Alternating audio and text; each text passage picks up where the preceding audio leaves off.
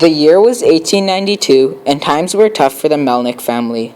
For the past 10 years, the family of four had been struggling to flourish a safe and livable life in Nebyliv, Kalish County, Ukraine. Viktor Melnyk, the father of two and husband of Anastasia Melnyk, was a peasant logger who was trying his hardest to provide common necessities for his family. They were living in the Austrian-ruled section of Ukraine, where they were flooded by many hardships. Many difficulties in this area included compulsory service in the Austrian army for young men.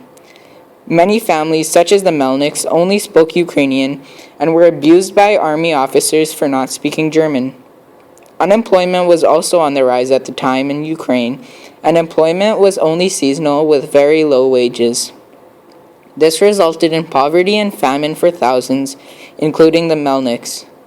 However, one day at work, Viktor overheard his co-workers talking about waves of Ukrainians fleeing to settlements in western Canadian provinces, such as Manitoba.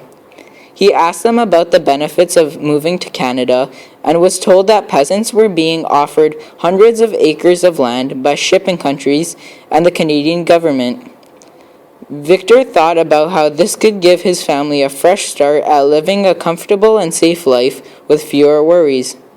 Yuri and Oksana, the children of the Melnyk family, would be given better education and the chance to thrive in a democratic environment. Viktor and Anastasia would also not have to worry about their son being forced into the Austrian army because he would be safe in Canada.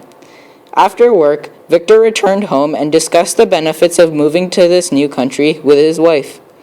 They both acknowledged how this move would be very difficult for them because they would have to leave everything behind and flee in private.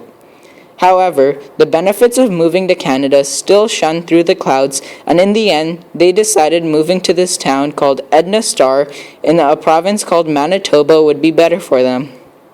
So Viktor went back to work the next day and discovered when the ship to Canada would be leaving. They only had 1 week. Viktor returned home later that day, and they all began to pack up whatever they could fit in one suitcase. It wasn't much, but it was enough to get there.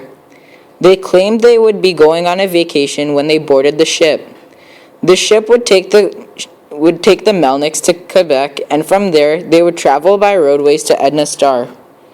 By the time they got to Quebec, many of the passengers were sick, and Yuri and Oksana were very tired. While they were relieved to be getting off the ship after such a long journey, they knew it still wasn't over. They still had to get on a carriage to Manitoba.